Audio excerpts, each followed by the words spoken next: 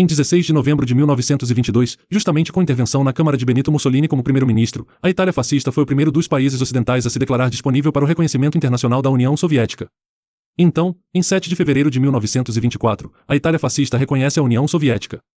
Foi nessa data que os dois países estabeleceram relações diplomáticas, com a Itália fascista e a União Soviética estipulando um tratado de comércio e navegação. Joseph Stalin não protestou muito quando Mussolini dissolveu o Partido Comunista Italiano em 1926. Entre 1926 e 1927, a União Soviética fornece a maior parte de óleo e combustível que alimentava a frota de guerra da Itália fascista. Foi graças ao petróleo fornecido por Stalin que Mussolini conseguiu vencer a Abissínia, na Segunda Guerra Ítalo-Etíope. Em junho de 1929, Ítalo Balbo, que foi um dos quadrúviros da marcha sobre Roma, em uma de suas famosas travessias da Itália, desembarcou em Odessa, na União Soviética, e lá foi recebido com um piquete de honra. Em 2 de setembro de 1933, Mussolini e Stalin firmaram um pacto ítalo-soviético de amizade e não agressão, onde Mussolini vendeu navios para os soviéticos em troca deles aparelharem a marinha italiana.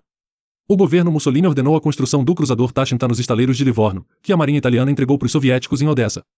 Em 4 de setembro de 1933, o Mussolini recebeu oficialmente o ministro das Relações Exteriores da União Soviética, Massim Litvinov, no Palácio Venezia. Durante o Holodomor, onde Stalin massacrou os ucranianos pela fome ou por execuções sumárias, o cônsul italiano de Kiev era muito bem informado do que acontecia na Ucrânia, e mandava dossiês para Mussolini, que costumava ler esses dossiês e sabia completamente do que acontecia na Ucrânia, mas, como ele havia feito um acordo militar com a União Soviética, se recusou a denunciar esses crimes. O sindicalista, Hugo Espírito, teorizou na Conferência de Estudos Corporativos em Ferrara, em 1932, a corporação proprietária que visava a abolição da propriedade privada. Isso fez com que as publicações pró-soviéticas fervilhassem. Por exemplo, Renzo Bertoni, após voltar de uma estada na União Soviética, publicou um livro intitulado, abre aspas, O Triunfo do Fascismo na União Soviética, fecha aspas, em cuja capa se via um Stalin de mão aberta e uma legenda onde se lia, abre aspas, Stalin cumprimenta a multidão em Roma. Fecha aspas. Mussolini considerava Stalin um criptofascista. Certa vez, Mussolini chamou Stalin de fascista e quis dizer isso como um grande elogio. De acordo com Mussolini, o Stalin criou o fascismo vermelho. Mussolini também recebeu de Stalin as instruções para as cerimônias do Dia do Trabalhador. Em 1939, Mussolini e Stalin firmaram um tratado comercial onde a Itália fascista armou a União Soviética em troca de matéria-prima. Entre 1939 e 1941, Mussolini, tentando se libertar do controle alemão, insinuou um possível acordo com a União Soviética. Para isso, Galeazzo Ciano negociou um acordo com os emissários soviéticos, mas essas negociações não foram para frente. As relações diplomáticas entre a União Soviética e a Itália fascista irão melhorar mais ainda após Mussolini declarar guerra contra a Inglaterra e França em 1940.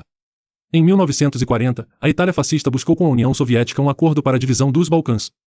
Em 13 de junho de 1940, o embaixador italiano em Moscou, Augusto Rosso, cruzou os muros do Kremlin para uma conversa urgente com o ministro das Relações Exteriores, Vyacheslav Molotov, mas essas negociações também não foram para frente.